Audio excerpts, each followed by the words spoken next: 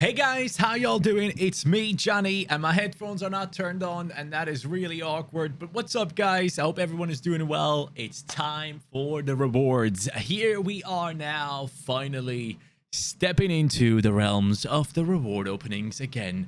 Now, it is Game Week 260, and as you guys might have seen, we had some interesting results. First of all, in the casuals, we have gotten into the top 10%, I assume, because it went to 99,000 people, which means we're getting another star common, hopefully an outfield player this time. I've gotten plenty of goalkeepers. It's all really down to the fact that Benjamin Pavard had a great game week, so very happy with that. Champion Europe Rare, as you guys know, we only had Saliba really playing, and Dembele just absolutely ruining me over and over again, missing multiple big chances. And yeah, making life a little bit harder lately. All-Star Rare Pro, we had okay performances as it was a throwaway team, so nothing special expected there. As always, by the way, guys, if you do enjoy the content, hit that like and subscribe if you are new. That'd be very much appreciated. Our Sorare journey has just begun, and we are here for multiple years to come. Under 23 Rare, we had... just a lot of bad luck, basically. Orkun Kökçü, 92. Sinistera, 74. Decent results from the other two here as well. Mazraoui just didn't play. If he did, we were in for a reward there as well, which is really disappointing to see. But it is what it is. So, under 23 Rare, sadly didn't work out. Next time, we'll go for a safer bet, hopefully.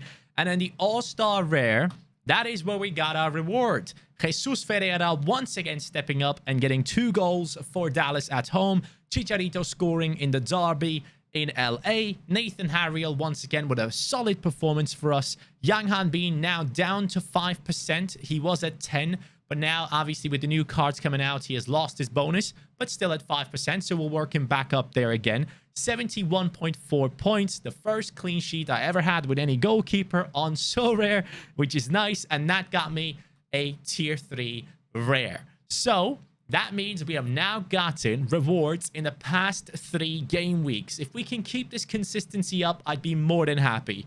Claiming our rewards. First of all, 0.02 ETH, which is lovely. I'll take that on board. Dejan Ljubicic. Okay. Köln midfielder. Alright. Ljubicic. Who are you? 150 euros. Okay. Okay. Just had a 62-point game. Might be a good time to sell.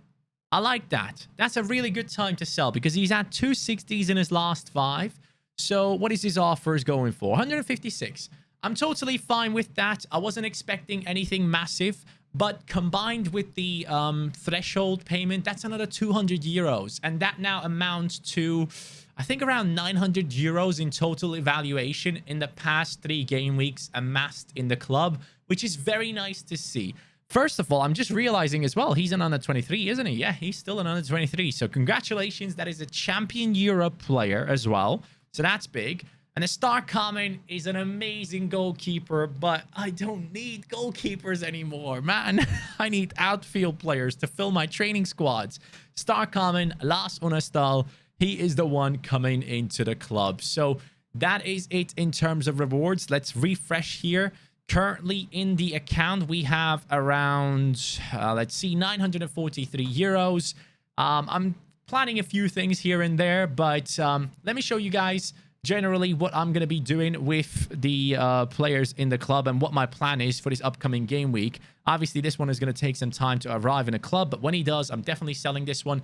If anyone from my Discord, anyone that is in my Discord contacts me, I'll happily sell him to you for much less. So basically, he's going for 156 lately, right? So if anyone from my own community comes in and says, Johnny, I have 125 euros, I want to have this guy, I'll give it to you guys on a cheap. So hopefully this is something that we can do a lot more often in the future as well, with a lot of people in the community looking for cheaper players to bring into their squads. His L15 is a 39, so I'm assuming that could be used for underdogs if I'm not mistaken. So if you guys are interested, hit me up on Discord. I'll sell him to you for cheaper, unless someone else obviously picks him up for the price that I list him for. But guys, generally speaking, I am a bit hyped because I've changed my lineups based on something new in Sorare data. Sorare data has something amazing now. It is the roster stats. Yes. Now we can actually see everything immediately in terms of like the last 5 games. I can sort like that. I can sort by goalkeeper. Who was my best goalkeeper? Niklas Hedl in the last 5 games. Who was my best defender in the club? Morishige. Who was my best midfielder in the club? Orkun Kökçü. Best attacker? Sinistera. That tells me, basically, if I can have the chance to put these guys into one lineup, I should, because they are currently my best performers. So I'm thinking about possibly running that next weekend, like putting the best possible lineup into All-Star Rare Pro, playing Moneyball with the game. This has been something that Nep and the boys have been talking about in the stream. I was there and I was like, yeah, this is right. Like, why do I not just play the best players I have in the same team? It doesn't matter if it's under 23, America, Asia, whatever. So my saved lineups here for Game Week 262. First of all, All-Star Rare. This one is basically threshold with an upside that could get us a tier 3, tier 2 rare if things go well. Obviously, PSG against Marseille is going to be a tough one. So we're going to have the Marseille goalkeeper, whether it be Mandanda or Paul Lopez. Saliba is going to be playing there. Last time we played against PSG, he had 90-something points. So watch out. Nathan Harriel here is going to have a good game, I'm assuming, against Toronto. At least 50 points should be secured, hopefully. Lucas Biglia plays against Trabzon, a massive game there against the first place team. It's going to be a tough one for himself. I actually wonder, what was his score last time he played against Trabzon? So let me check out Lucas Biglia. Last time he played against them. Come on. Come on now. Sorare data. I love you. Come on. There we go. So Trabzonspor is going to be away. Last time they played them at home. So Trabzon should be on the right-hand side here. Last time they played against them, he did not play. Maybe that's the reason why they lost, because he was red carded. Hey, there we go. That's a big plus. So without him, they lost 2-0.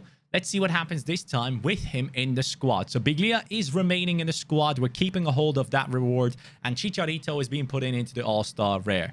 Then, the best team possible, I am putting into All-Star Rare Pro. First against 12th.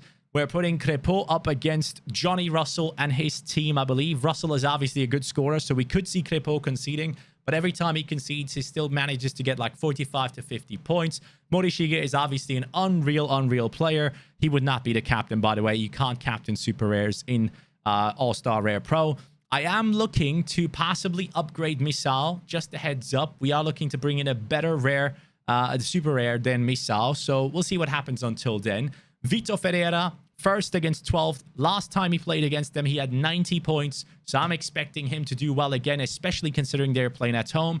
And I expect Moussa Dembele to finally break the duck and go ahead and score against Bordeaux. Bordeaux is 19th in the league, and Olympique Lyon will be playing at home. And I think that is a must-win game. I fully expect him to score not only 1, but 2 goals. That's just my personal opinion. We'll see what happens there. But that I see as my strongest lineup for this weekend, along with whatever super rare I'm going to be putting in there. That is my plan. Obviously, my final players do not have a game in Game Week 262, which is very odd, but that is the main reason as to why no Kökçü or Sinistera is involved in the strongest lineup. Under 23 rare, I've gone ahead and put in Niklas Hedl, Tsunemoto, Pablo Ruiz, Frankie Amaya, and Ayase Ueda.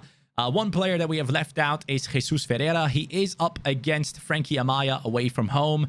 And I do have more faith in Ayase Ueda scoring at home against the 13th place team. So that is why I haven't included Jesus Ferreira. But technically speaking, I have a lot of faith in that lineup and some faith in this lineup as well to get me a tier 3 under 23 rare possibly. But generally speaking, depending on the super rare we can bring in, we could be winning a lot with this lineup. Hopefully, that's at least the plan. But guys, that is me done for today. Let me know in the comments down below who you got in your rewards. Thank you so much for watching. I hope you guys have a great day. Take care and peace.